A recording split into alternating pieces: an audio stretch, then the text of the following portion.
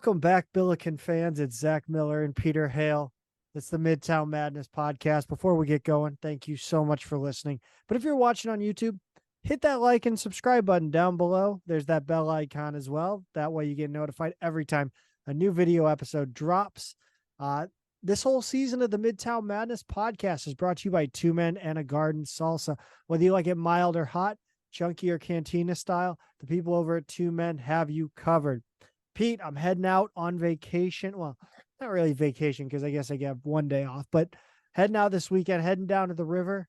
And I will have Two Men in a Garden Salsa in a box in my car on the way down there for the weekend. It is an essential to my vacation, and no matter where I go. Yes, go get Two Men in a Garden Salsa right now for your vacation, for your summer party. It does not matter. It does not get any better than this. If you don't like it spicy, you can also get their salsas in varieties like mango, strawberry, and peach, even sugar-free. You can pick up their products at any local grocery stores or online at twomeninthegarden.com. They're on social media as well at Two Men Salsa on Instagram and Twitter. No word yet if they're on Threads, Peter. I haven't heard. I'm sure they'll join the bandwagon soon, though. We have a real mystery that played out pretty hilariously, especially on Billikens.com. It was very, very funny to watch Billiken fans just be as confused as I think they've ever been. It's this off season. It's the weirdest off season ever. And we had a guy that committed to the St. Louis University at Madrid. Okay. That was confusing. Right. I don't know if it was more confusing than the ballad of Djordje Curcic. Yeah. Djordje Curcic, I believe, is where we're landing on this. So he's the new commitment that we were promised 2 weeks ago. And of course the announcement came just moments after we dropped our last show, Zach. Very excited for the commitment tomorrow. Yes. Yeah, exactly. So he's a 6'2" combo guard from Serbia, and he just represented Serbia in the FIBA U19 championships, which they came in 6th. And his club team is in the second pro division in Serbia. But the real confusion, Zach, is that there is another player by the same name who's 1 year younger from Serbia. And I guess he's 6'5". He's more of a wing. I think he's a little bit lower profile prospect at this point, but that did not stop Twitter, Billikens.com, and Discord, and just about anywhere people talk about the Bills from being completely confused about what was happening. There was one point, Zach, where I honestly thought that there were not actually two players and there were just some typos in some places, but because I do think there is some bad data and some bad photos on some of the websites, some of the sources where we got information on this guy. And I was like, wait a minute, I'm pretty sure they've got the wrong photo with the wrong guy, because it's the same photo that's on this one. Very confusing. Two guys, same name. Djordje Curcic must be the John Smith of Serbia, because there's one born in 2004, one in 2005. We've got the 2004 one, and he's a little shorter. He's a guard. I think he's the better prospect, though, and that's what counts, right? That is what counts. This is like when I would go into the SLU medical clinic or whatever, and the other Zach Miller, they'd have his chart out. That would be the one they have out. So just like that, but different. So you went to school the same time as another Zach Miller? Yeah, but with he spelt the shorter version with an H. He played baseball. Okay. Yeah. All right. So I don't think I ever met him, but yeah, he was out there. It's still causing confusion. I know. People sent me well wishes when tight end Zach Miller broke his leg that time, so yeah, I get it all the time. The curse of the common last name. I mean, right now, this whole off season is just one big joke at Guy Phillips, right? It's unbelievable when you look at our incoming roster, and if he struggles with, Dwayne Evans, and some of the He more did. common, He did. straightforward names we've had over the years. Yeah, this roster is going to be an all-time challenge for him. You know, I was speculating whether he would just look at the roster on the first exhibition game, throw his hands up, and just retire. On the spot. Truthfully, that would put Chris Harriman into a Billiken Hall of Fame position. Yeah. I think it would for a certain segment of the I fan mean, base. hey, recruiting is a full coaching staff effort, but the recruits like Djordje Curcic, and this next one, I mean, they have all the markings of Harriman connections at least. Yeah, well, Djordje, I mean, you know, he's a nice prospect. He's a really good combo guard. You know, we know he can pass, he can handle it, he can shoot it. He didn't shoot it all that well in a recent event, but he shot really well for his club team this year. So he's a scholarship guy, a good prospect. I think we're fortunate to land him. The next one is actually a walk-on. And he went to Rolling Meadows High School up by Chicago, but he's originally from Bulgaria. And Zach, I'm going to give it my best shot here, but it's Tsvet Sotirov. That's what I would have. That's what I would have. Tsvet is that first name, and I actually think that's short for something. I think there's a few more letters on there, but Sotirov is the last name. I immediately like think of Svetlana, but then that's female. So then I'm like, well, is it the classic Eastern Bloc Cyrillic A on the end for a female, and then a V? So like Svetlan. Well, I don't know. You know, it's tricky because it's got the TS like Tsar, yes, and it's got the SV like Svetlana, like the female name, but they're on either side of the S, right? So it's a little tougher. But regardless, he's another walk on. He's another big 6'9". We're gonna have the biggest walk-on core, walk-on platoon in college basketball, bar none. I mean, yeah, along with Alex Noakes, but Yep. the interesting thing about his game, watching some video on him when we still weren't sure yet, you know, whether he was actually the last scholarship or he was a walk on. Pretty quickly, I think we realized that he would be a walk on, but his game's a lot more like a three, like a small forward than a true big. He's a guy who shoots a ton of threes. He's got a good mid range game. He runs the floor really well. He's more of a finesse guy when he's going to the rim. He's not a super physical player. So again, he's really more of that wing type, like a long wing is how to kind of think of him. My understanding is he did have some D1 offers, at least at some point. Detroit and trying to think of the other one. Yeah, I'm forgetting now too. But let me look it up. Yeah, but regardless, you could see where he's one of these guys where I would see a guy like this, and if I was a lower level D1 school, he might be worth a shot on a long-term scholarship. Really intriguing prospect, actually, when you kind of look at him. I mean, I say prospect, but like I think as a long-term player, he could absolutely work his way into a scholarship role. Indiana State was his other school offer. Yeah, which is pretty interesting because Indiana State's not like, Southern Indiana or something that's like a brand new D1 school. I mean, Indiana State's a well-established school in the Valley that's solidly mid-major, if you like the term. But yeah, I certainly could see him becoming a scholarship player. If not at SLU, maybe somewhere else, certainly along the way. He's a really interesting looking player. So yeah, 4 walk-ons, 2 guards, a big and one who's kind of I guess you could call him a combo forward/wing. That's a pretty impressive group of walk-ons we put together this year. Yeah, just the way you kind of talked about him and his kind of the way you described his game. I mean, I thought Cody Ellis, like just as a stylistic comparison. I mean, I think Cody was 6'5", 6'6". Yeah, okay. He wasn't any taller than that. I always thought of him as more like 6'6", 6'7". But yeah, you're probably right. I think those heights got goosed a little bit in that era. But Cody is definitely a bigger 6'8". guy, a bigger, stronger frame. Like this guy's pretty lean, and Cody was more of a hard-nosed player, even though he was a guy who liked to step out and shoot threes. He had a toughness to him, and this guy really is all finesse to his game. A little more, I think, what people might stereotype as a Euro type player, but that's all right. I mean, he can really shoot. He can do a lot of things. He's going to be a nice guy to have in practice, and the roster's so wide open. It's a good opportunity for a lot of these guys to prove themselves, and you never know what happens in the long term.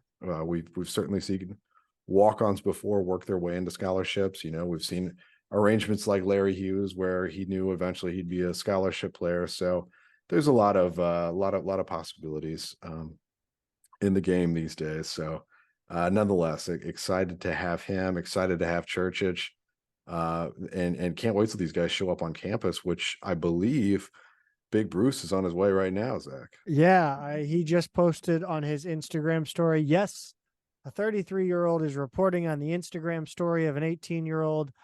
I will not apologize.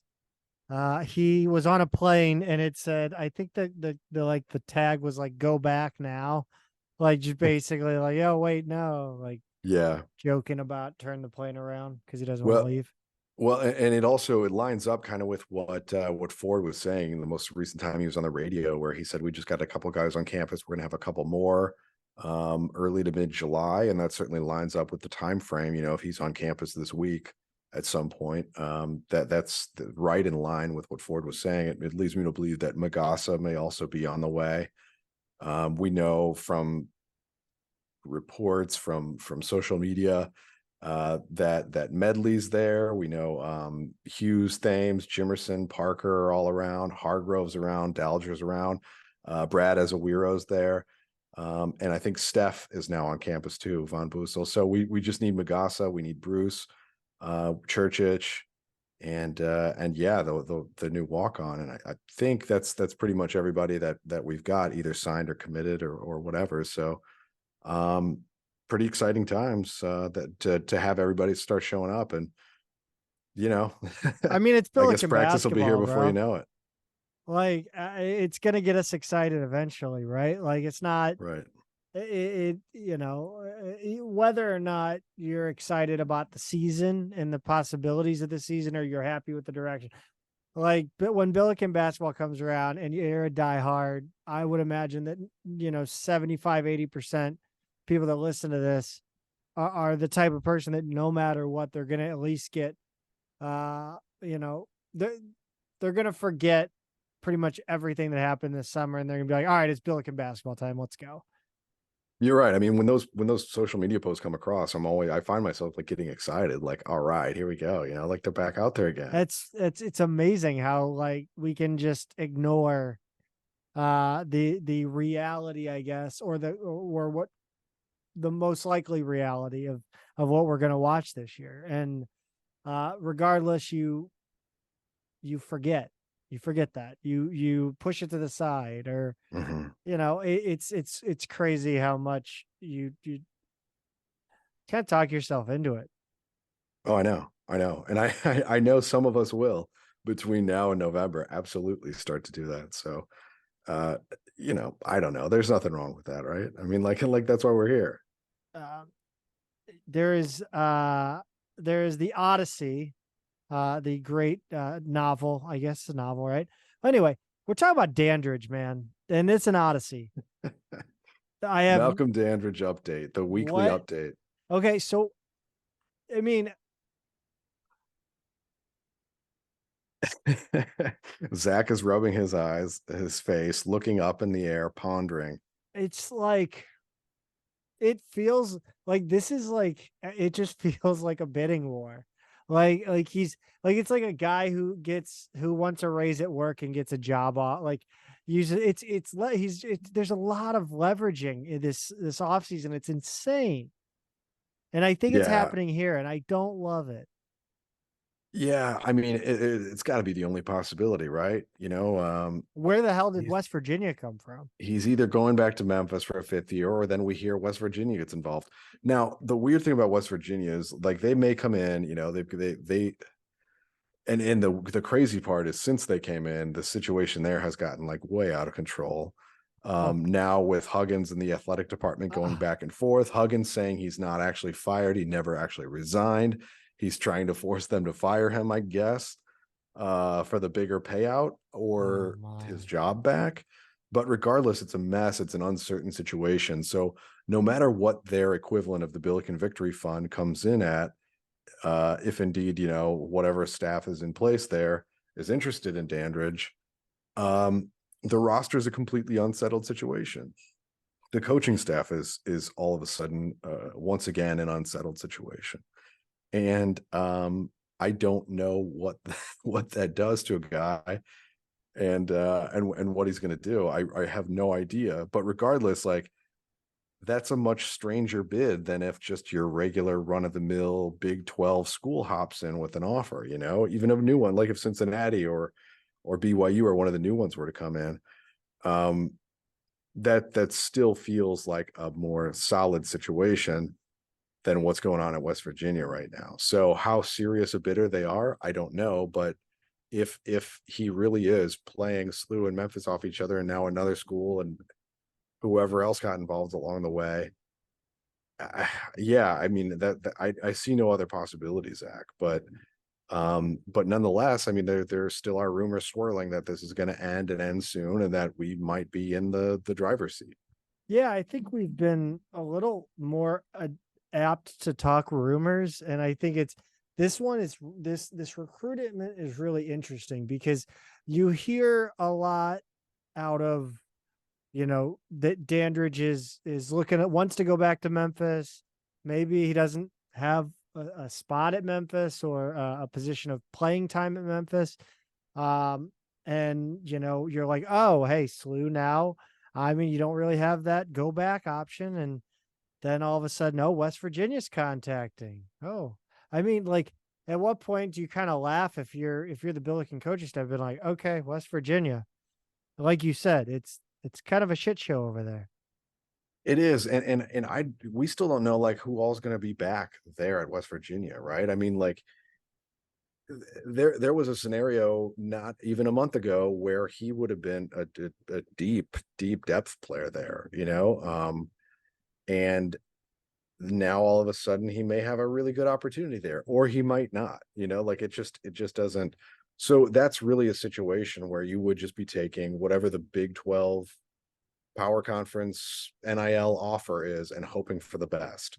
And that means you could be taking more money than SLU offered to sit on the bench, or to go into a completely toxic situation in terms of where the coaching staff is, where the fan base is. I don't even know right now. I mean, it's such a mess.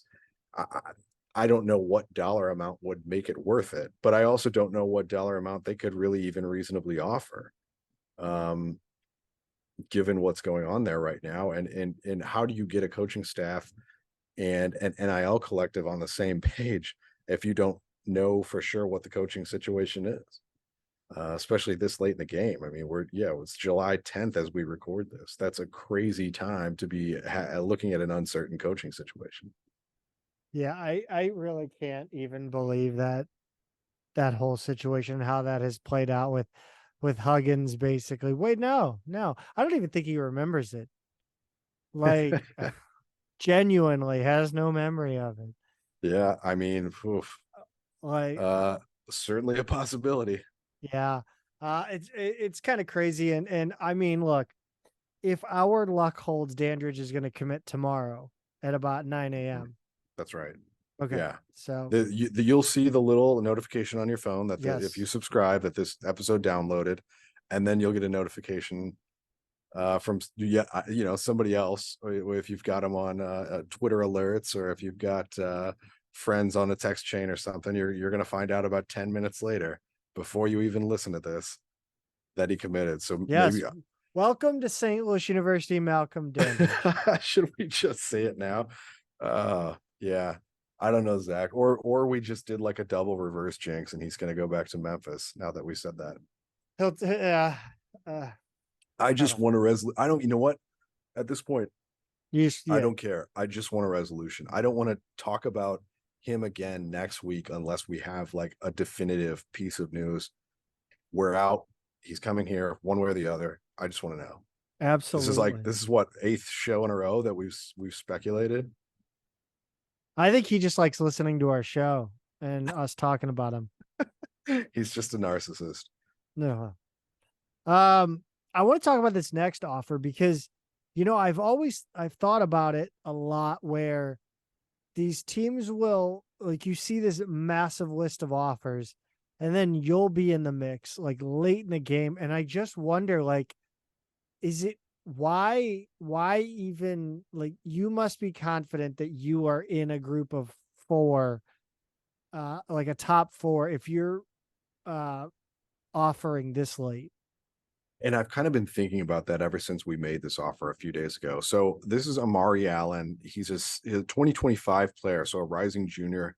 He's a 6'6", 6'7", small forward from Wisconsin, Another wing. but he transferred to IMG Academy in Florida. So this summer he's playing his AAU ball for Wisconsin Playground Elite, which is an Under Armour Association team. And it's interesting, Zach, because I guess we should start with his offer list because we've kind of talked about it already. We're looking at Marquette, Georgetown, Iowa, Penn State, actually just offered after SLU. Minnesota is the school he says is the most involved. Tennessee, Auburn, Mississippi State, Florida State, Georgia Tech, Arizona State, South Florida, and Green Bay. So that's quite a few offers, only 2 of them coming from outside power conferences. And the thing that makes me think, Zach, that we might have a better chance here than we would just on any guy is the fact that it's a Charles Thomas recruit, a Charles Thomas offer.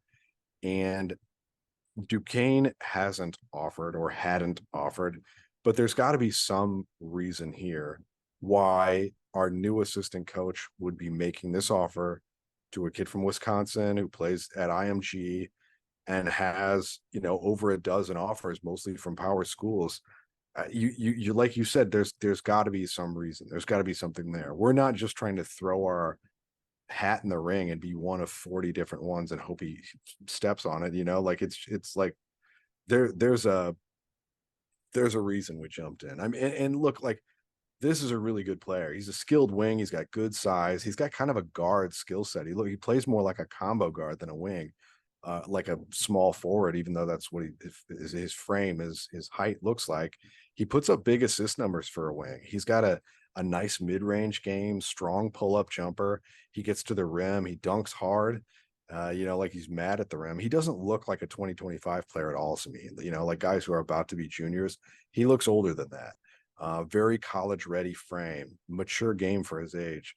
It's a nice-looking player, and I'd like to think that there's some kind of relationship there, some reason why Thomas got us involved, because he's a really good looking recruit, and it would be great if we could, as he narrows his list, I don't know when that would be, a year from now or whatever, but hopefully SLU would be in the mix all through this one, because I really like his game.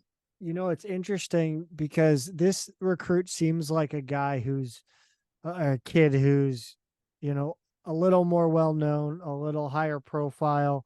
But Charles Thomas is kind of his specialty. The way he was advertised on the Duquesne website was under the radar talent. Mm-hmm. So it is interesting that this is a guy who has a lot of offers, not necessarily an under the radar guy. Yeah, that's right. Yeah, and Thomas also has a reputation for not just under the radar, but kind of like what we're seeing Harriman do now with these international guys, is recruits that you think can be pretty good that are that you can land late in the process too, right? Like I think Thomas got a lot of credit for what Duquesne was able to put together before last season and kind of outperform expectations. So this is kind of the opposite, like you just said, not under the radar, not late in the game. It's an interesting offer, and I like it because we saw Phil Forte kind of do this a little bit, like this early. I mean, IMG is a stewing spot. Yeah. Ford definitely recruited Florida. He knew Florida well and recruited it down there. I don't know what Thomas's connection would be either to Wisconsin or Florida off the top of my head, because when we were talking about him, it was mostly Pennsylvania, Ohio. That was kind of his, territory. Michigan is where he's originally from. And started coaching there and played at Eastern Michigan and all that. Even played for the Pistons. So it's kind of interesting. These are just a little bit outside his normal wheelhouse, I think, unless I'm just forgetting a step in his career. But nonetheless, there's got to be some sort of connection, right? But what I was saying before is that with Forte, we saw him early on offering like 4 stars out of Texas.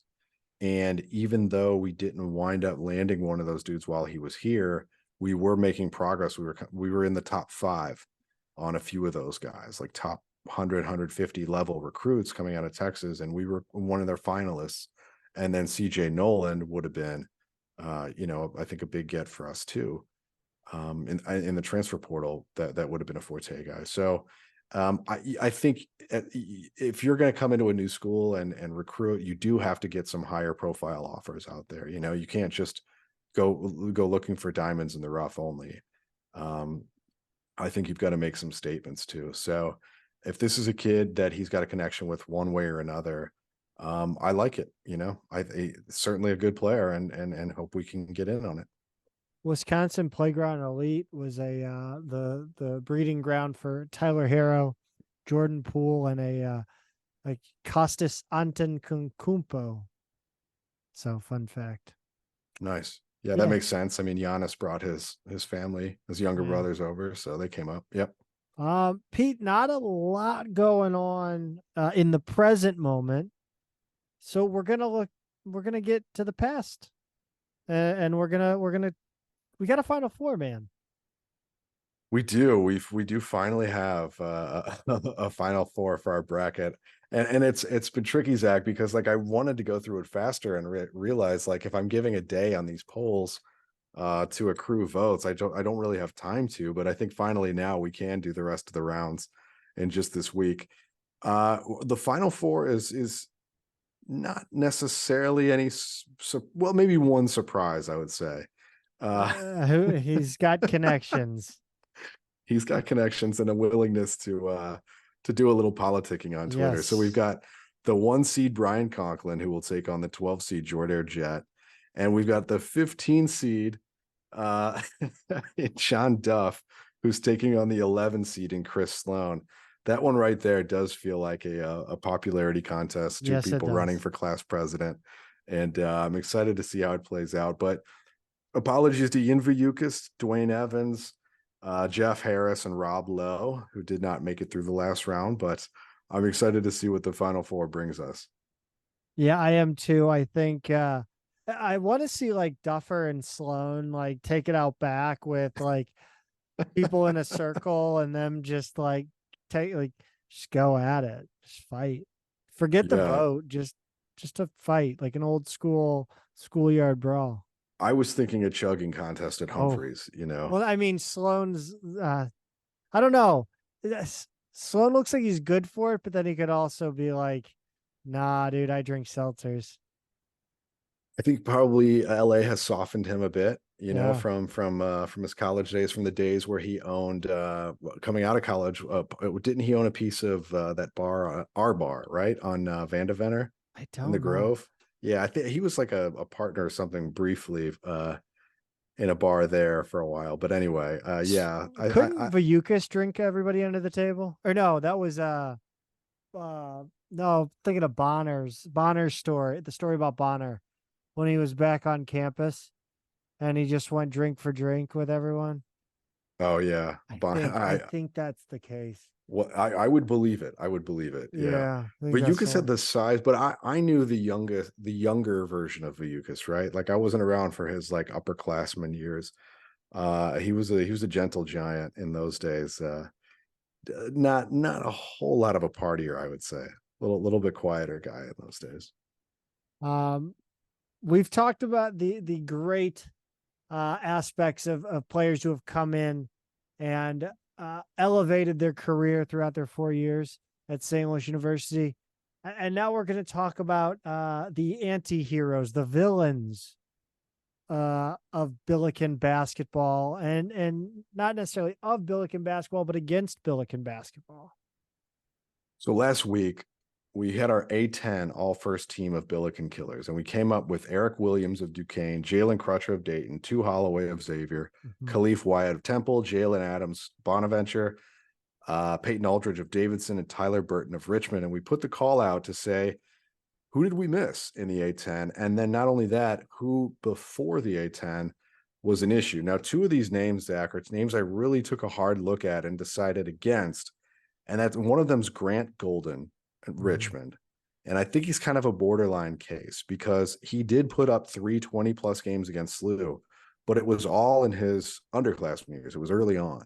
And then as a junior and senior, he scored like 6, 14, 10, 10. And he had some decent games, but like he wasn't a Billiken killer by the end. He just kind of was early on. And I think the other factor there is he played 6 seasons of college ball between his COVID bonus year. And we actually didn't see him as true freshman year where he only played like the first 8 or 9 games and then got hurt and redshirted.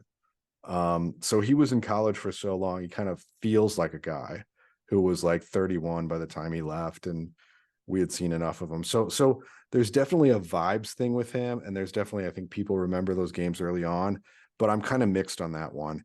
And I don't know what you think about this one, but Ace Baldwin, because we remember that last game against us where he just killed us, that 37-point game.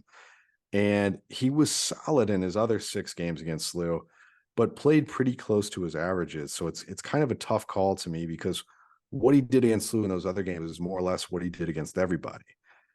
So I think the two things in his favor are he went out on a legendary performance against us, and VCU had a winning record against us in the games that he played. So those two I'm a little like on the fence about, and I don't know if you have strong feelings on either of them. I have kind of a feeling about like the idea of a killer on the like against us, and I always think of like I don't like it's always to me it's not necessarily the best player, it's usually the second best player in my mind. But I mean Khalif Wyatt, which I say that, but Khalif Wyatt was the first one I thought of. But so a guy like Ace Baldwin, yeah. Chaz Williams, I think absolutely. Yeah. Trey Mitchell just seemed like he was such like I always thought Trey Mitchell was just overrated, but like he was their star, so it makes sense that he would have big games.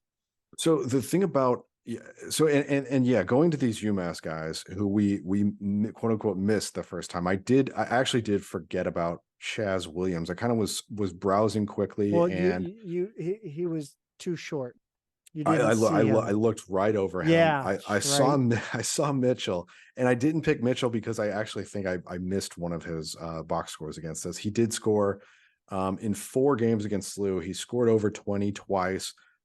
He scored over 23 times. One of those was a 30-point game, and then he scored 10 once. And I think I just missed one of his games against us, and I probably would include him, but I think the reason he feels overrated is because we went 3-1 against him, so he didn't really kill us, right? Like he beat us once, and that was it. He felt like a good player who couldn't beat us in those other games.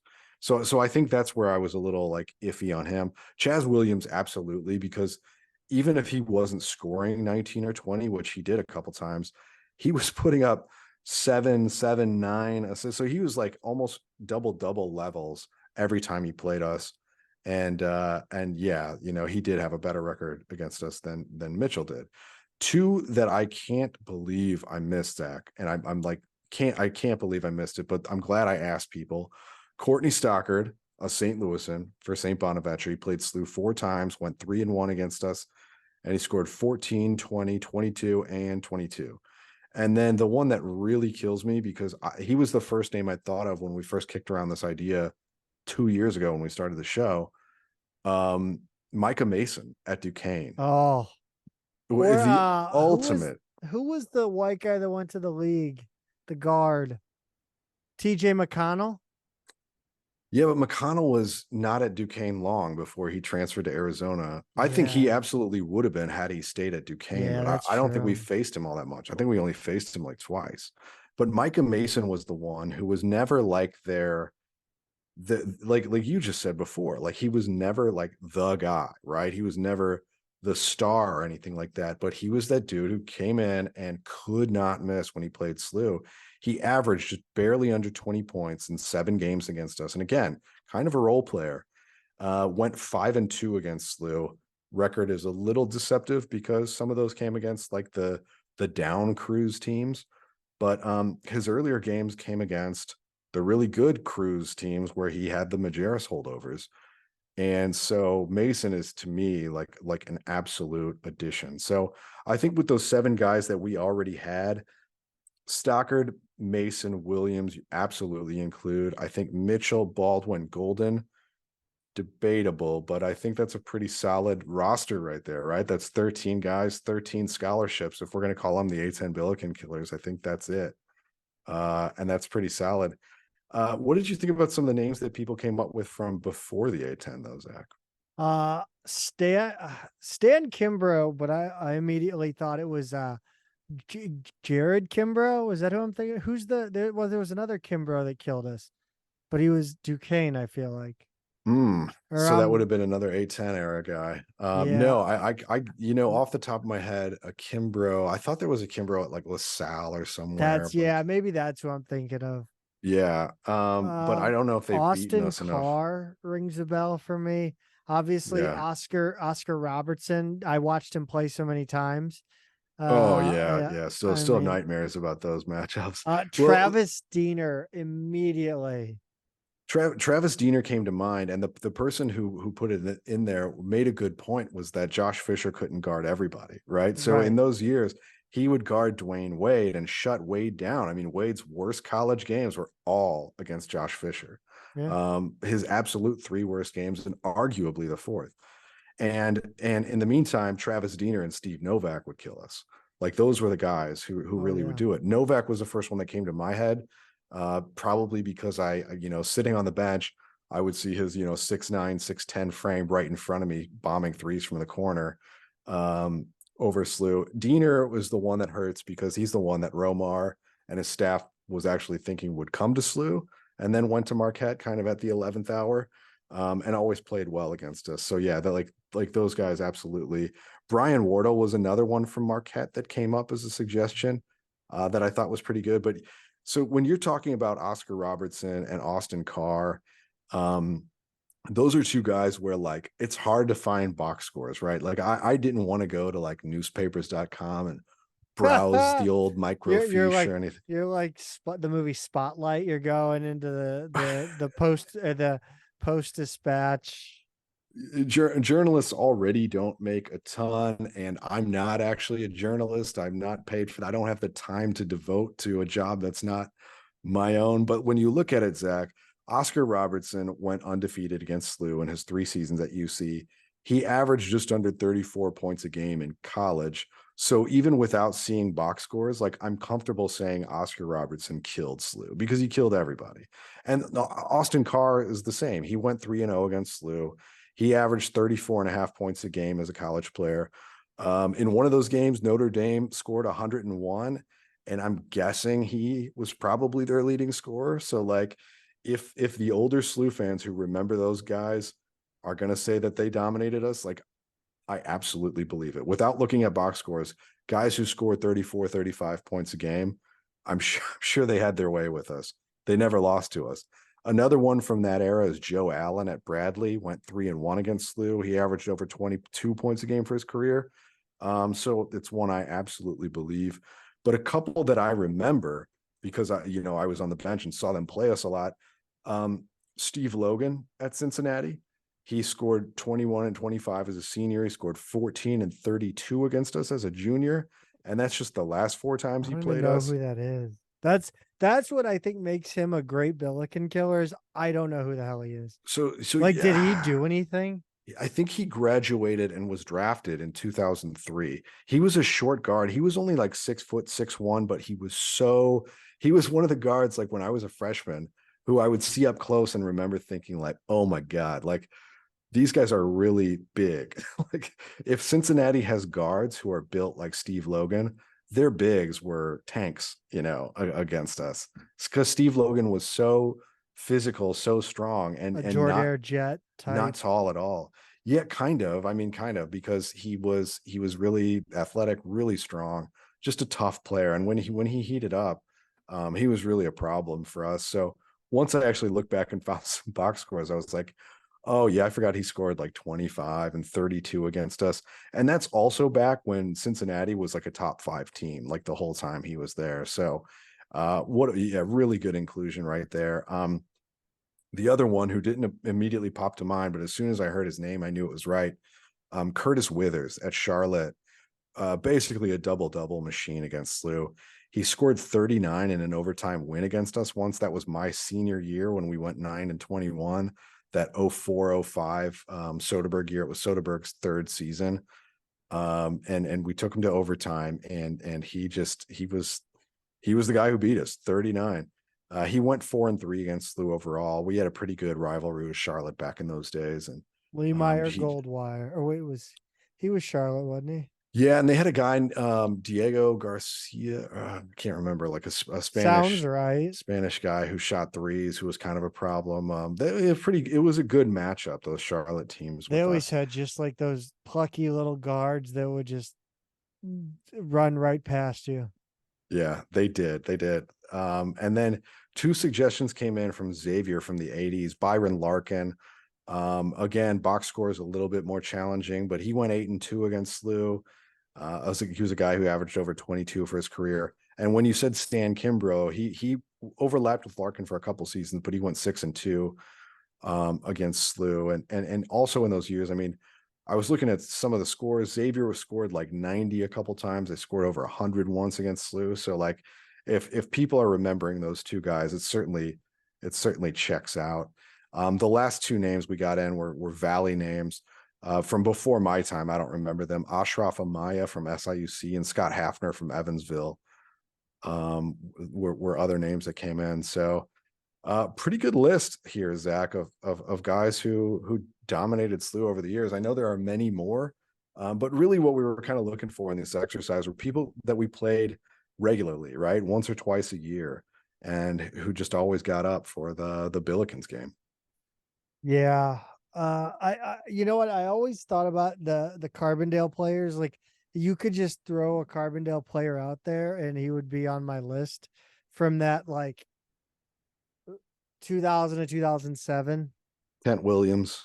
It was Randall the one from that era. Falker, Mullins. Yep, Falker was good. They had a kid.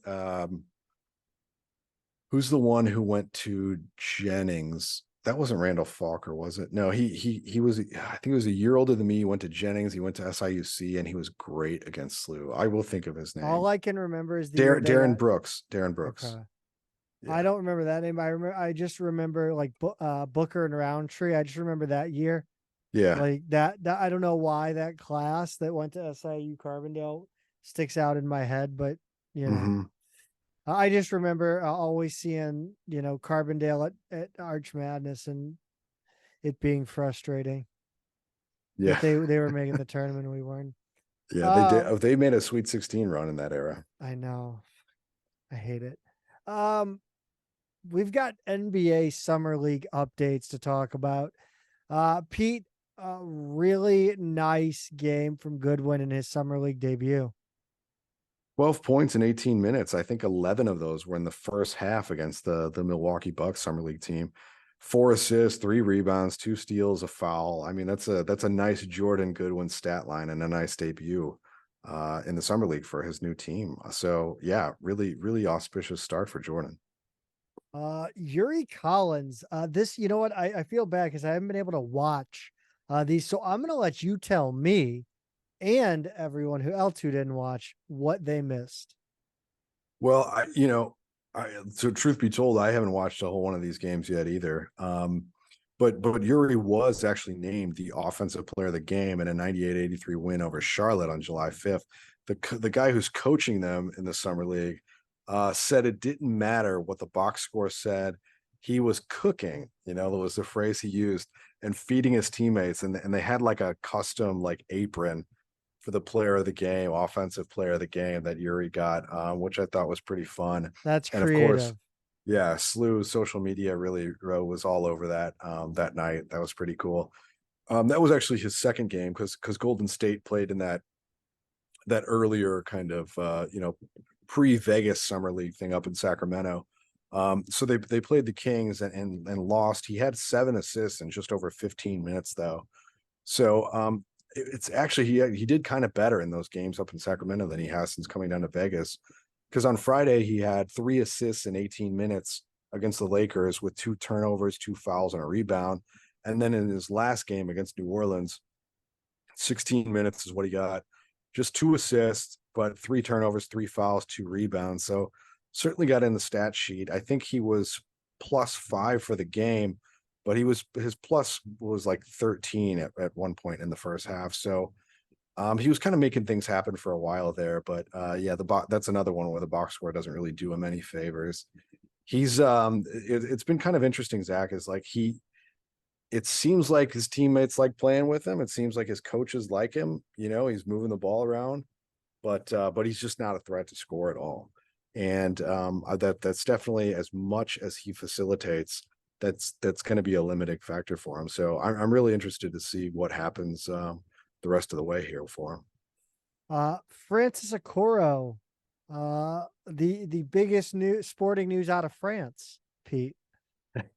He signed with Rouen Metropole Basket in France's 3rd division. I imagine it kind of works like other European leagues where they can work their way up and down depending on how things go. But yeah, good opportunity for him. It's always cool to see Billikens playing pro ball no matter where it is.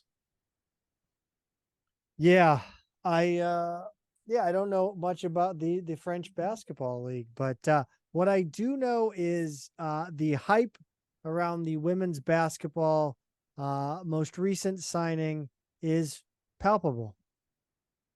It's really exciting, Zach. Hannah Wallace is a 2024 commitment for Coach Tillett and the Billikens. I mean, the reason this is exciting is kind of already tipped. It's the fact that she's a 2024 commitment and that she's local. She went to Cardinal, or she goes to Cardinal Ritter, where she'll be a senior this year. She's actually a 6'1" guard, so she's got great size. She plays her AAU ball for Missouri Phenom, which is a Nike EYBL team. She's a defensive-minded player. She actually has defender as like right after her height. It's like before her school and her Twitter bio and Instagram. And so she's like a really versatile player on both ends because of her size. And to kind of get back why this is exciting, in addition to being local, like we were talking before about how it seemed like the way that they were structuring their recruiting, it was really going to be 2025 and later that local classes would start to turn St. Louis towards SLU. But getting an early commitment in 2024 is huge. I mean, it shows that the tide is already turning, perception's already changing. Cardinal Ritter is like 2 blocks away from campus. It's right there. It's a great program, both boys and girls side. I know we're recruiting a younger player there as well. So this seems huge to me, to get a player who's playing there, who plays in the EYBL. And even though she doesn't put up like huge numbers, she's kind of, dare I say, almost like kind of a Goodwin type, where she's like a guard with good size who kind of fills up a stat sheet horizontally instead of like just scoring a ton. And she's a really active defender. So if she kind of has that Goodwin kind of character, man, I mean, what a get for Tillett. I think this is huge for me. This, like, it really feels like a big signal culturally that program is really seriously going to recruit St. Louis, and there are some big time recruits coming down the pipe in the 2025, 26 and beyond. So there's no question that St. Louis has a lot of talent, and I think Tillett and her staff are very aware of that. It's awesome to see this early commitment come in, and it makes me like a little like, all right, like maybe let's see the men's team get some commitments now too in these classes. But I know the NIL dollars are bigger on the men's side, and that kind of changes the timeline on things and how they're happening. But regardless, congrats to Coach Tillett. Really excited to have a local player commit this early.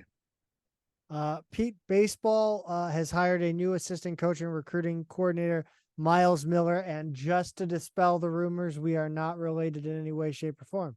It was my first thought, Zach. I was like, another Miller who's going to be coaching in SLU athletics, and another guy who's not related to you, but he does have 12 years of experience. Most recently, the pitching coach at High Point associate head coach and pitching coach at Towson for 4 seasons, for 5 years actually. And then he held pitching coach and recruiting coordinator jobs at Purdue and Butler. Purdue just for a season. Butler was from 2012 to 2016. He also had jobs with the Waterloo Bucks, the Philadelphia University, New Bedford Bay Sox, and the Torrington Titans after getting his coaching start at Albertus Magnus College. I think was the first place that he ever coached before kind of bouncing around to those other teams. He played his ball at San Diego Mesa College before earning his degrees, both bachelor's and master's from Grand Canyon. And Zach, replaces Adam Revelette, who has taken a job with Perfect Game USA. For those not familiar, they call themselves the world's largest baseball scouting service. And if I've heard of them, that must mean that they actually do have some serious presence within baseball. So congrats to Adam Revelette for moving on, and welcome Miles Miller. Yeah, I think it's a tough world for college baseball assistants, but it looks like Miles Miller has found a way to navigate it and make it work for him. Yeah, for sure. Women's soccer, congrats to Maddie Pokorny. She made her NWSL debut for Racing Louisville. I actually do appreciate Racing Louisville, obviously, because of like Kentucky Derby and Louisville. Like, I don't know. Yeah, it's there's actual racing that goes on in Kentucky. That's right. Yeah. So yeah, she made her debut on Friday the 7th. She came on late in the match, I believe. And yeah, congrats to her. It is, she was, I believe, overseas, right? Yeah, I remember she was in like Norway, I want to say, Yes. like somewhere like that. But yeah, it's pretty, the NWSL's profile has really risen in a short amount of time. And by the way, Louisville has a beautiful stadium. It's down by the river. You can see it from the highway if you're driving through downtown. Great new stadium for their men's team, which is like second division, and the women's team in the NWSL. So if you get a chance to catch a game in Louisville, absolutely do. It's a great atmosphere. There's a lot you can like walk to or take a short Uber to down in Louisville. It's a great place to spend a weekend. So like, highly recommend it if you're there and have a chance to check it out. Also, I mean, Coach Shields seems really, really excited about this. She's had like incredible things to say on her social media lately. So really exciting. Is this her actual debut? Because I know she was at the Red Stars, but I guess she didn't play. So she was at HB Kog in Denmark. Denmark, okay. Yeah, and before that, I know she had a little bit of a trial with the Red Stars. Globalsportsarchive.com. Don't know how I got here. She was part of the Red Stars from August to December of 2019, and then spent 2020 through 2023 with HB Kog. I'm sure I'm saying that completely wrong. And then she signed with Racing Louisville. So nice. Yeah, so it looks like only one appearance with the National Women's Soccer League. Actually, fun fact about her time with that Danish club is that she made 10 appearances in the UEFA Women's Champions League. Oh, wow. Including a match against Arsenal, I believe. Some of this is like jogging my memory now as things that have kind of like been retweeted. And nevertheless, I think she's far from the last women's soccer player from SLU. Absolutely. To the amount of talent that is now coming through that program. She may be a little bit of a trailblazer for SLU, but she will not be the last. That's for sure. Yeah, I don't think we realized it. Like I think we're so close to it. We don't appreciate the level of talent because it's just here. So, right. It's a shorty for you guys. Not much going on this week in the world of Billiken athletics, and that wraps it up. Follow us on Twitter at Midtown Mad Pod, at Peter is a tweeter, at Zach Miller MMP, and on Instagram at Midtown Mad Pod. And I believe we're on Threads. It's the same thing at Midtown Mad Pod. I think we have one what do you call it? A threaded? One thread? We have one thread? I guess that's it. I don't know what else it would be called. I guess we'll find out. But yeah, new that if you're new there as we are, come follow us. Oh, technological overlord Mark Zuckerberg, please tell us what a single thread is called. Yeah, that's it. Of course, if you have any suggestions for the show, and I promise you, we are working on that sluts episode, and we will get to that off-season recap. We're trying to get that big episode out next week, maybe recorded Sunday or Monday. So we'll figure that out if we can get West Pine Bills, and maybe we'll have to trade Carter Chapley away for a Jack Godar or a maybe we give Chapley one more appearance. Yes. I think he's still got enough to do what, to not, in case he decides to come back home. Yes, home. And just for the uninitiated, the acronym that Zach is using, it actually is an acronym and not a slur or a euphemism or anything like that. SLU Twitter think tank is where that comes from. So, just to keep it a family show and not have to tag. Oh yeah, episode. sorry, I forget. We're very PG-13. Yes, I think that's fair. Of course, if you have a suggestion, subscribe, rate, like, leave a comment. Please interact with our stuff on social media, on YouTube, all that stuff. Thanks, guys, for listening. As always, Pete, go Bills. Go Bills.